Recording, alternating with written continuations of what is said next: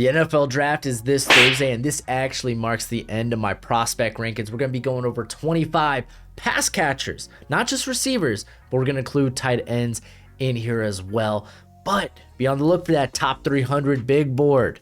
Oh boy, it'll be coming out in the next couple of days. I got an overhyped prospects video, underrated prospects video. We're going to be doing some mock the mocks. I'm going to have probably a couple of more mock drafts, maybe what I would do and then a predictive one. I got a couple of live streams. It's going to be nuts. It's going to be nuts. I'm going to be live for the draft. It's going to be a watch along. It's going to be a blast. So you should come join me. And shoot, if you don't know who I am, well, what's crack-a-lackin'? It's your boy Baroshmo, just in case you did not know. So go ahead, become a bro and subscribe. Leave this video a thumbs up if you enjoy the content. As always, let me know what you think of the comment section below. Disclaimer, no highlights. I always get hit with the copyright strike, and I ain't trying to play that game. Maybe next year, I'll get it figured out.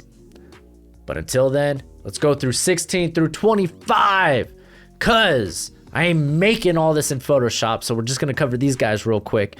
And let's start with Bo Melton. I like a Bo Melton. He's at 139 on my big board. That's what that number means if you didn't know. But 139, I think he's going to be a slot only. I know he primarily played on the outside for Rutgers, but I really think he's going to, just his size and skill set, though he's got pretty impressive length. Where are you at, Mr. Bo Melton? Like 31 and a quarter inch arms for a guy that's probably going to be in the slot. That ain't half a bad. I do like he's got speed, but he's also got a little jitteriness to his game. That's what I really like. He's got a little shimmy in his route running. And as far as the tape goes, he didn't get too fancy. I thought he maybe got a little too fancy at the Senior Bowl, but then again, he's out there showing out. It's what you got to do. Put yourself on the map. He's a legit vertical threat on any given play. And to be fair, the quarterback play at Rutgers, if you didn't know, now you know it wasn't that good. Going to David Bell. Really think this dude probably should move to run back. I ain't even going to lie, because he's so good after the catch. He's so good with the ball in his hands, and he does have a plus receiving upside. He didn't run a variety of different routes at Purdue, but I think he is a capable route runner. He's got great body control. But you can't come in and run a 4.65 and think you're going to be highly drafted at the position. It's just not going to be the case. I'm not going to lie. It's not going to happen. It's not. But I wouldn't mind him moving to run back. James Mitchell out of Virginia Tech. I feel like I'm going to be higher on him than probably for most of the draft community. Like straight up, this just is how it is. There's always going to be... No matter how much you love someone, there's always going to be someone else who loves them more, at least when it comes to these draft prospects. And that will be the case. But I do love James Mitchell. He went down. I thought he was going to come out last year, which I had a 4th round grade on him last year, ended up deciding to stay. And then he suffers a knee injury in week 1, tries to gut it out it was week 2. And he tries to gut it out the next week versus North Carolina. Didn't work out, ended up having to get surgery on the knee. Like, this dude is a dog in the run game as a blocker, but like legit has some receiving chops. Like I think if he would have been able to test out, like it would have been impressive. He only did the bench as he still kind of like rehabs from the knee injury, but he legit got solid separation. Like since 2019, he's hit 31 of his targets were 15 plus yard gains. Like he creates solid separation. I just like me James Mitchell, man. I just like me James Mitchell. Justin Ross coming in here at 127. Just not my cup of tea when it comes to receiver. Obviously, you also got the I think he went down to a foot or an ankle injury this season, but he was coming back from the spinal surgery, which was good to see him come back healthy. Seems like everything tested out well with that. He's got a great imposing size. Dude just can't separate. It's not my cup of tea. Like, and as a contested catcher, like he was all right, but like if you're gonna be a guy that like so much so like with separation that Clemson moved him to the slot quite a bit this year, and things just didn't work out. I know the quarterback play wasn't great this year, but still, regardless, I just don't think the contested catch rate is good enough to warrant a day 2 selection. So I got him here at the beginning, early part of day 3. On to, I'm going to mess up that first name, so I'm just going to call you Chig. Can I call you Chig? Chig Okonkwo. Bam, there we go. This is what Isaiah Likely should have been. Because, like, just looking, let's take a quick gander. When it comes to, like, an undersized tight end, because both actually come in. I know Isaiah Likely is a couple inches taller, but they're about the same size. So, relatively, they're undersized tight ends. They're receiving options at tight end. They're jumbo receivers, if you will.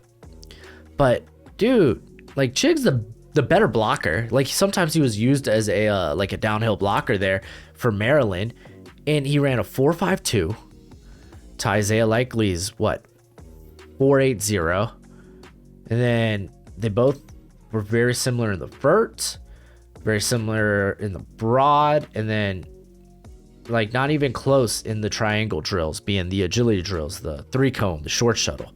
Like Okonkwo is what Isaiah Likely should have been, and it's quite unfortunate for Likely's stock.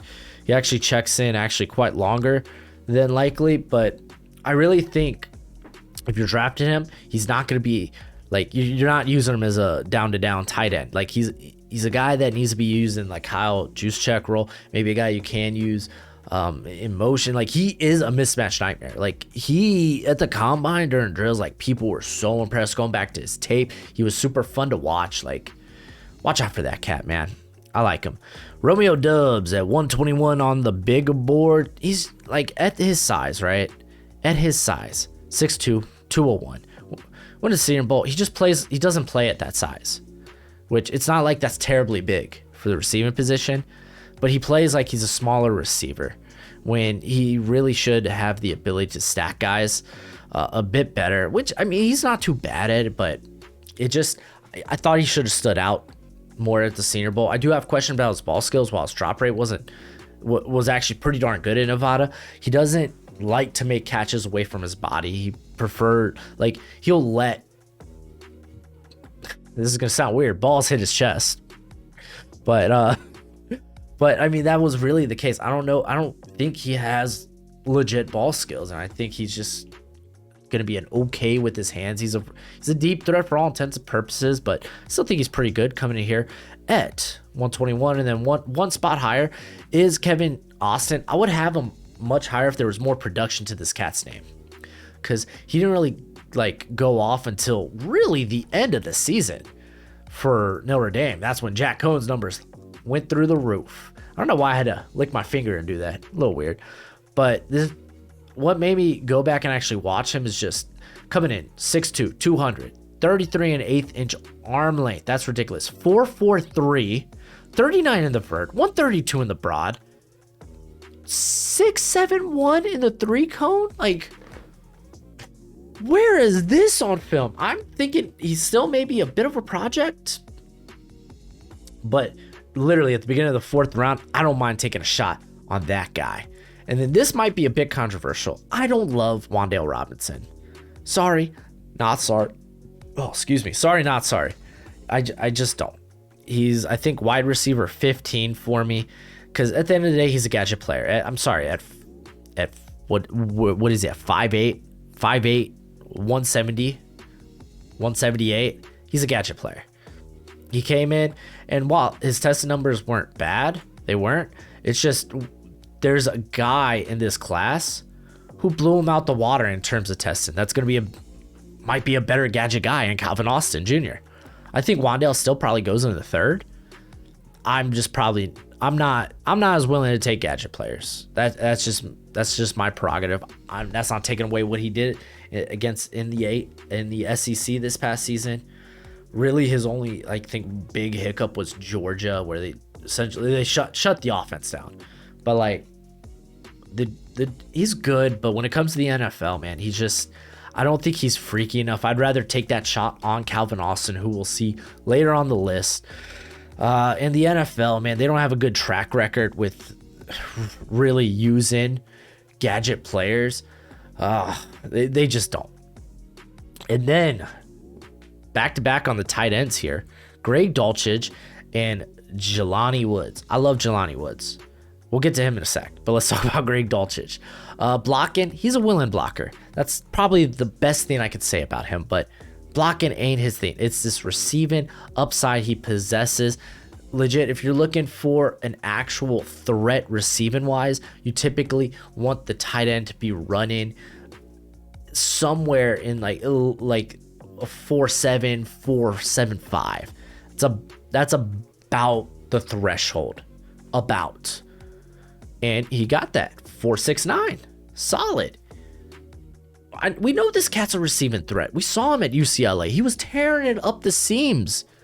Lighting it up. That's what he is. He is legit a mismatch nightmare. That's why I like him probably at the tail end of the third round. Going to Jelani Woods, former Oklahoma State transfer, and for all intents and purposes might be a bit more of a project, but just considering 6'7", 259 and how he tested out, a 4'6", 140. We know he's got ridiculous length at 34 inches. 24 on the bench. I think that's the most in this class. No, he was edged out by a couple of guys that won't get drafted. And did Nick Muse really? Wow, Nick Muse out of South Carolina had 27 on the bench. Good for you. That's a surprising number. It's a shame you got hurt all the time. That South Carolina wasn't really a passing team.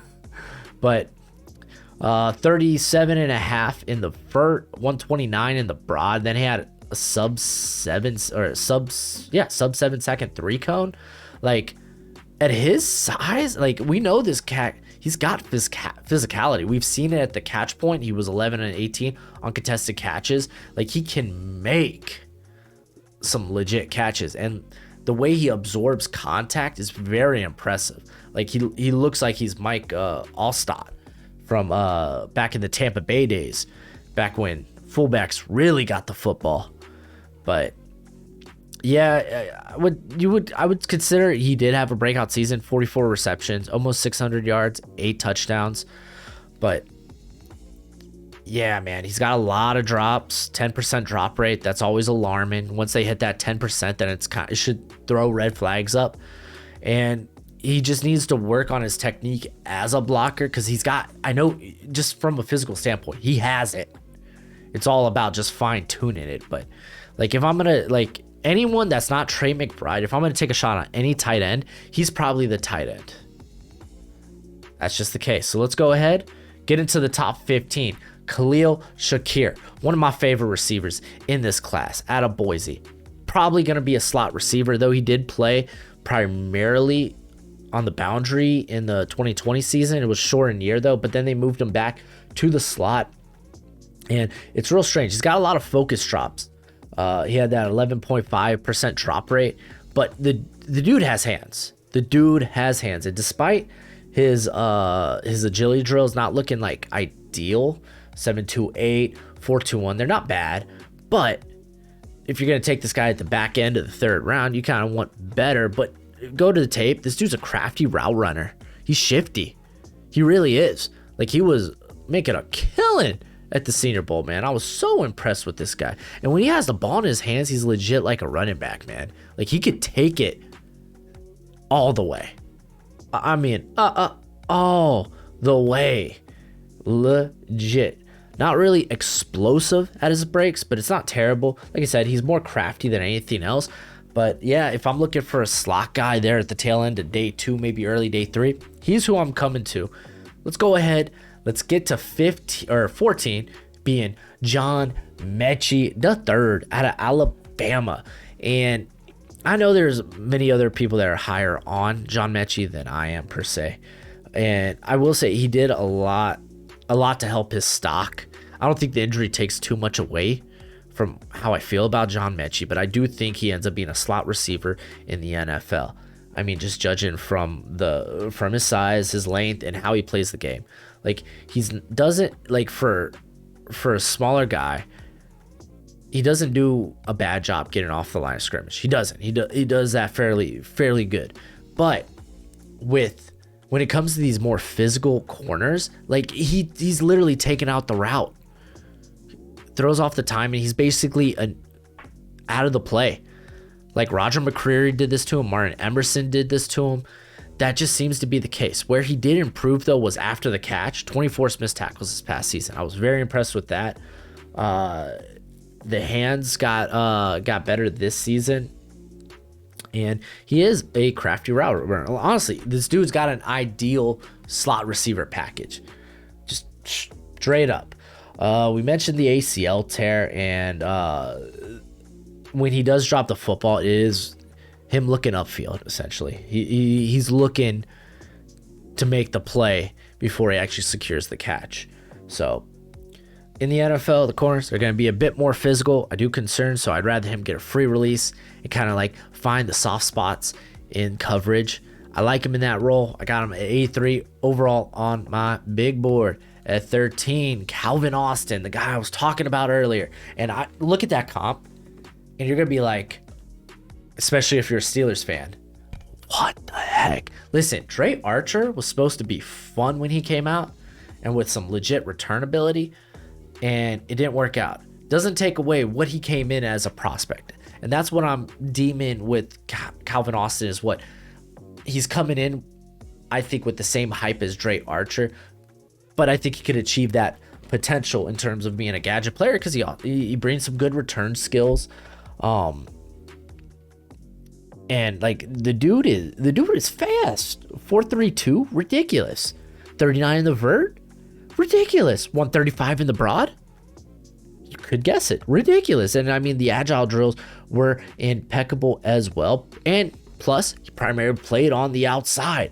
This guy hits his top speed almost immediately. I will say, he doesn't really shift gears through the route, so there's going to be really no,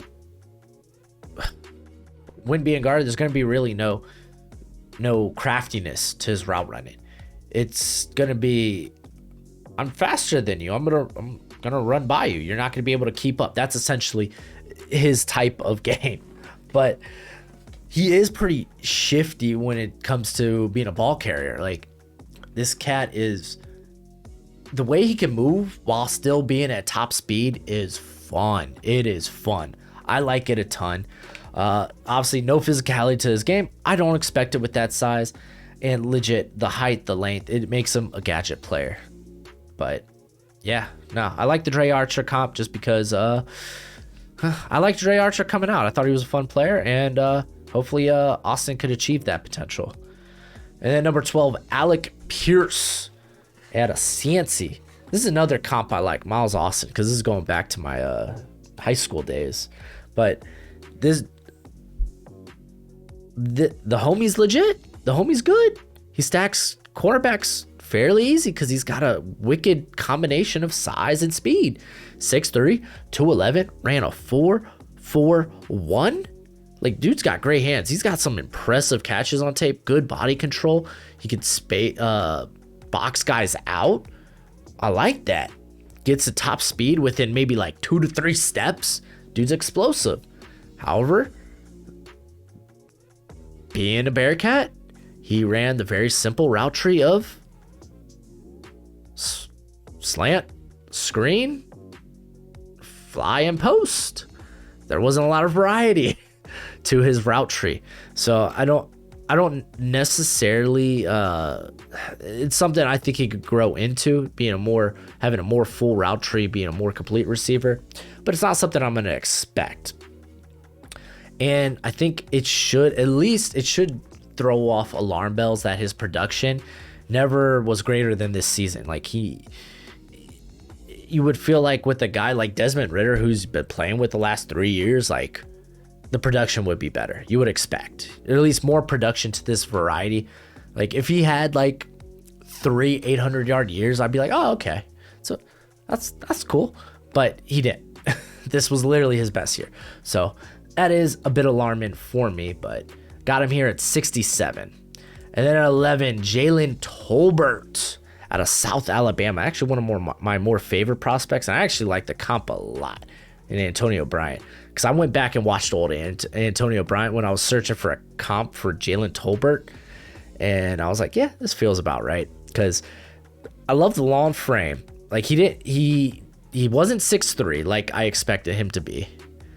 That's how he was listed at South Alabama, and honestly, with his length, 32.25-inch arms, like I was willing to believe he was 6'3". No, not 6'3". But this dude high points the football. He attacks the catch point. He gets there in a hurry. He showed at the Senior Bowl that, because they ran a real simplistic route tree back there for the Jags, that he came in and he actually ran a variety of different routes during drills, and I thought he looked fairly good. He accelerates well out of his breaks. I like this cat. He might not be ready from day one, but he is definitely someone that could be, I think, a viable number 2, maybe 2-3 years down the line. And I needs a better feel for the sideline. He doesn't really tightrope catches a lot, and now you're going to the NFL where, hey, 2 feet are in. And I thought he did a fairly good job at the Senior Bowl with that. Again, kind of nitpicking, but something to bring up. At number 10, Trey freaking McBride. I like this cat. He's tight end 1. He's here at 61. Dallas Goedert, that seems to be everyone's comp for him, and I could see why. I don't see him being getting into that elite tight end status, though he very well can. But I definitely see him being in that tier 2 like a Dallas Goedert. He has enough speed to just toast tight ends. He may not be as big as we anticipated. I thought he was going to be closer to 250, 255. Came in at 246. But we know he's been a very good run blocker for Colorado State. And dude still got wicked long arms, 32-inch, and he high points the football. He makes catches away from his body. He's really good at that. He ran a solid route tree there at Colorado State because, well, he was the offense. They weren't getting production unless it was through Trey McBride. The dude's got mean grip. I don't think he's necessarily the most fluent route runner. He's better at running in a straight line than it is maybe a more complex routes. But the dude can get the job done. I wish, especially considering how good he is as a blocker, that he was a bit more physical during the route and would do a better job of bodying. He made the catch on Jalen Pitre, but he could have done a better job of keeping Pitre away from the catch point. Pitre was right there contesting it. He just got lucky that he was bigger than Pitre. So, yeah, not too dynamic after the catch. This was criticism I had about Freiermuth, but it's fine. Basically, it's, hey, I'm a battering ram. If you're in my way, good luck. That's his type of football, and I don't mind it. So, I got McBride here at 61 on the big board. At number 9, Christian Watson here at 52. I made a last-minute switch of 2 prospects, being Christian Watson and George Pickens. I had a sudden change of heart, and you'll see when it comes time for my top 300 big board in the next couple of days that a few guys maybe moved up or moved down a couple of spots.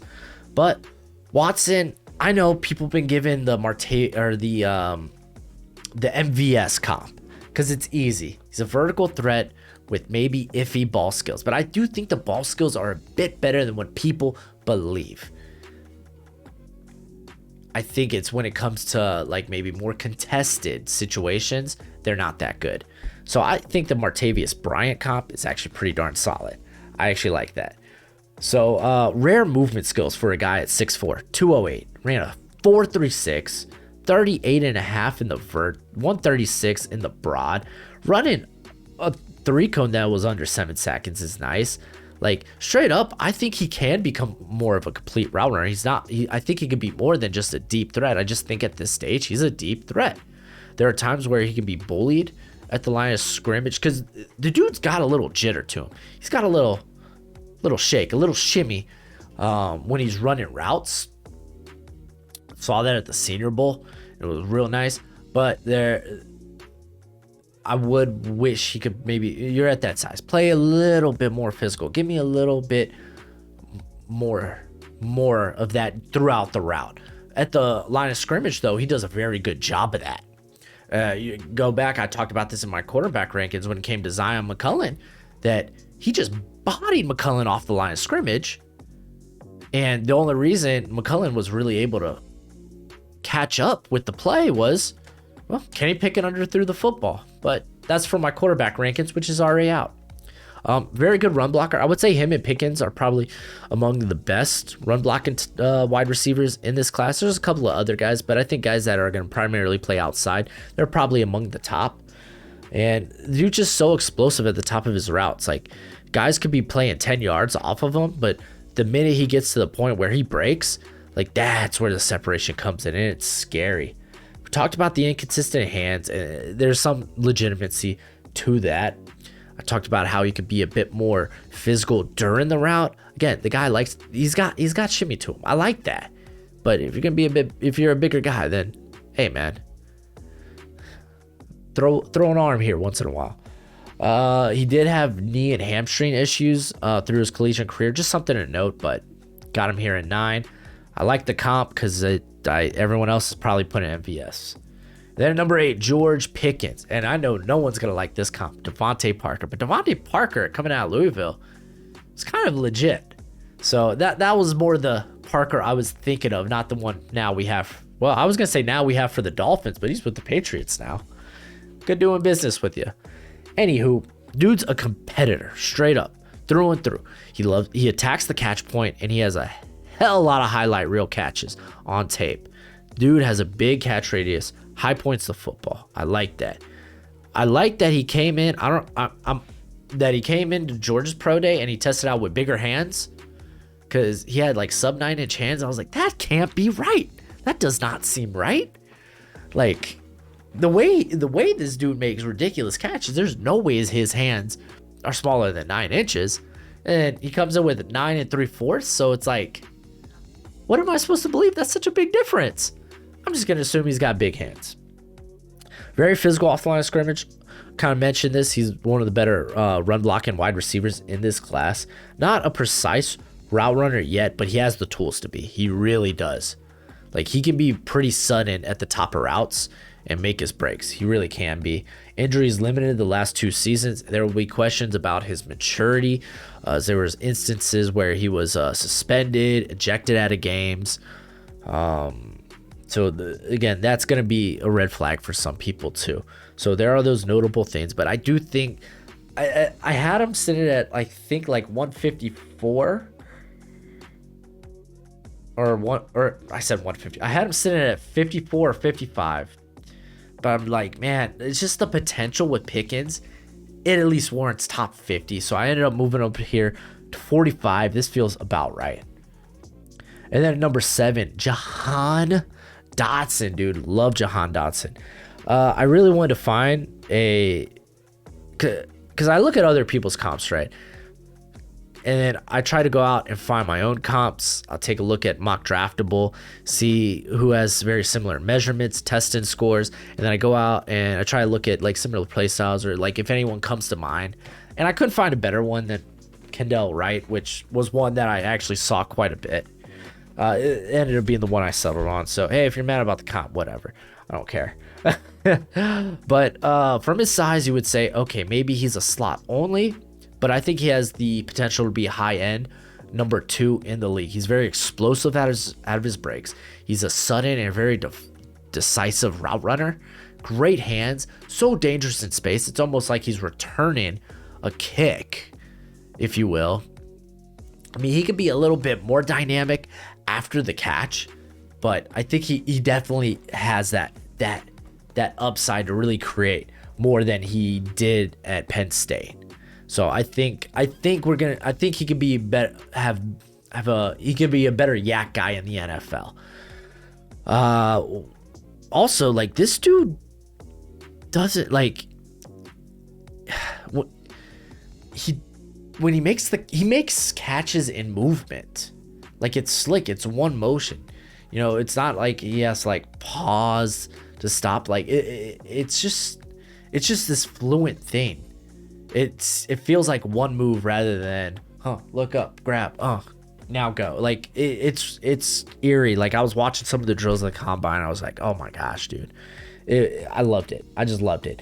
Getting physical at the catch point, because he does have legit ball skills, but play strength, it's kind of going to be an issue. I think it will. That's why, like, I was looking at Steve Smith, and I was like, gosh, I can't. There's no way I could ever put Steve Smith, just because Steve Smith is a bad man, and he plays stupid strong, and that's just not Jahan Dotson. Maybe that's something he could grow into. I don't think so. I just don't think that's who he is. But he does got hella good ball skills. If you could overcome the size and overcome his lack of play strength and be able to play through that, then yeah, that's cool. That's dope. I like that. But I think maybe a lot of people are gonna view him as maybe a slot only. But I do think he has that upside. And at number 6, Sky Moore. Sky Moore sitting there at 5'10", 195. This dude's a yak machine. He's smooth, catching on the move, great movement skills. He literally led all of college football in forced missed tackles with 26. And he does a great job getting off the line of scrimmage. Go back to the power, like when he had to face Power 5 schools. Like, had no problem versus Pittsburgh and was it Damari Mathis? Had no problem against Michigan, though he got hurt early in the game, unfortunately. But the dude did a solid job. Does have a history of ankle injuries back in high school. Something to bring up. Still growing as a route runner, mainly so in the in terms of his deep route tree. Something he's gonna have to expand upon. And yes, the low level of competition doesn't help, but he produced against Power 5 schools. At least he would have had a banger game against Michigan if he didn't get hurt. And he had a great game against Pittsburgh. Honestly, he should have had another touchdown. Caleb Belby just overthrew him. But yeah, I'm a big fan of him, man. This is one of my favorite comps, Lavernius Coles. One of my favorite comps. On to number 5, Treylon Burks. Got him at 26. I got him as a X receiver eventually in the long or not in the immediate, but I think big slot. That's where he's probably going to play early, just because that's basically what his role was at Arkansas. And unfortunately, because of that, doesn't really have this big route tree. There isn't really nuance to him as a route runner. He's not explosive off the line. He really isn't. He's not explosive in his breaks. He is a long speed type of guy.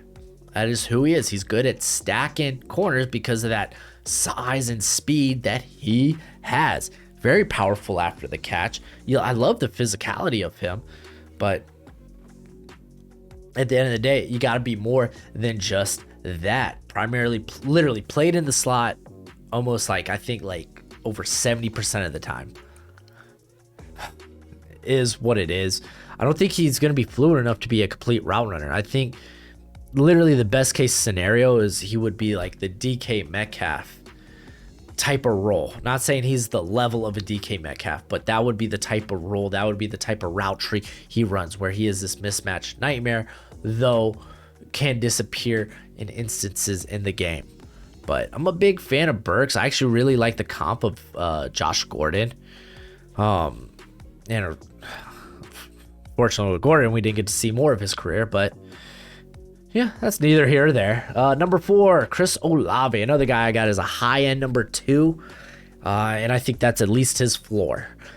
This cat is good. He has burners, but he is one of the more polished route runners in this class. He does a good job of shifting gears and fluctuating the speed throughout the route to really screw with guys. He's got very soft hands, only a 5% drop rate throughout his career. But the concerns come with, the play strength, thin frame, not really a contested catch guy. He struggled maintaining blocks in the run game, and on top of that, he doesn't do too much after the catch. If you couldn't tell, only one forced missed tackle. He's not a guy that can break tackles. He's not a guy that, which is weird, he's jittery after the catch, but doesn't really make a lot of guys miss. But I think overall, he's a guy that's capable of taking the top off of a defense, run any route you need him to and be successful, even if that means he's maybe the second or third option on that play, I think that's a role he's going to really relish in the NFL. And then at number 3, Drake London. Settled on Mike Williams because I went back, watched Mike Williams at Clemson. Again, like as long as the player comp's not too old, I like to go back and try to find some of their college tape. And Mike Williams is not that old. And he was very similar, like in terms of after the catch back at Clemson. So I was like, you know what? I'm going to go with that Mike Williams comp. Very physically dominant. Drake London is 19 contested catches this season. Only played in 8 games, mind you, and that led college football. He ended up finishing with 22 forced missed tackles. I think that was 5th in college football for receivers. Only played 8 games. Just going to say that. Good quicks. People worry about his speed so often, but they don't talk about him on the short to intermediate level. Like, this dude's a former basketball player. He's got a basketball background. Like, his quicks are a lot better than what people think, especially early on in the routes. Like, where corners really make up the ground is on the longer routes. But the dude is tough to bring down. Like I said, physically dominant, huge catch radius, if you didn't know, almost 34-inch wingspan. There were drops on tape. Again, there are a lot of those jump balls. Doesn't always come down with. But it's not to that 10%. 10% where you're really like seeing red lights, you know. Yeah, people are gonna worry about the speed and the long field separation. He said he did drills, but he didn't do any of the testing drills at his pro day. I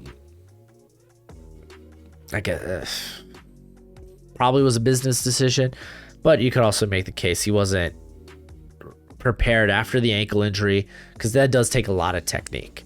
But I'm not too worried about this guy. He's 20, he's young. I got him at 16 on my big board. And then at number 2, Jameson Williams.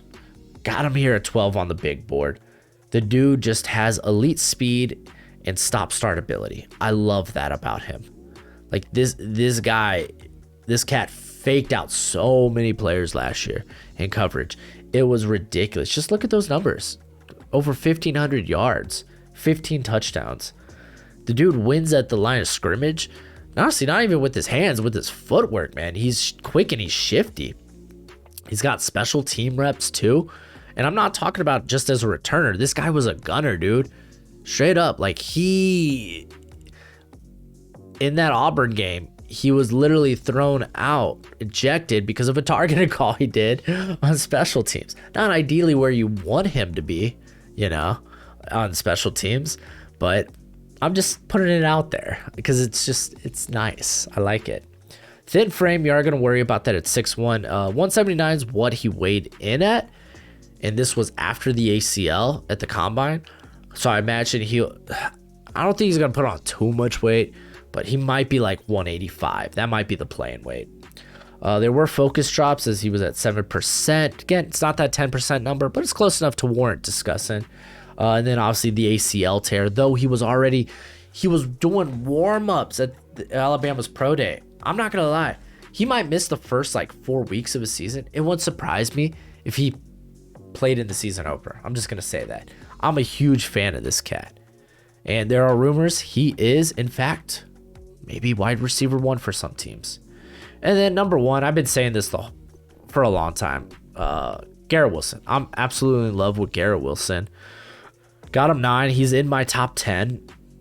And for roles, I put many. I think he can literally do almost whatever you need him to, as long as it's not, go be a contested catcher. Go do a fade in the back corner of the end zone and have to jump over this guy. I don't think that's probably one area I don't see him doing, but he is, for me, the best route runner in this class. Like, no one gets close to his bounciness, his shiftiness as a route runner. He's so explosive out of his breaks. He was a yards after the catch machine, the body control, the moves. Like, I love every aspect of this cat. 19 forced missed tackles this past year. He can get too fancy sometimes as a route runner and it throws off the timing with the quarterback. But again, kind of nitpicking at this point. Physicality does give him trouble, so play strength might be a concern. So they're at 6 foot, 183. It's not like he was the best contested catcher. Like, he's a guy that can make catches in traffic. But if you ask him to go up and make a play on the football, he might not. He's probably not that guy. But I'm a huge fan, man. Like, throw him in the slot, throw him in the boundary, put him in on a jet sweep motion. Like, this cat can do it. I'm willing to take this guy inside the top 10. I'm a huge fan. That concludes my rankings for the prospects this year. There's going to be some movement in my top 300. Not much, though. Coming to my final board, I got I think I'm going to end with like 600 guys. I'm still finishing that last batch, but yeah, I'll have the top 300 out for y'all soon before the draft, obviously. But until next time, you be easy, my friends. Later.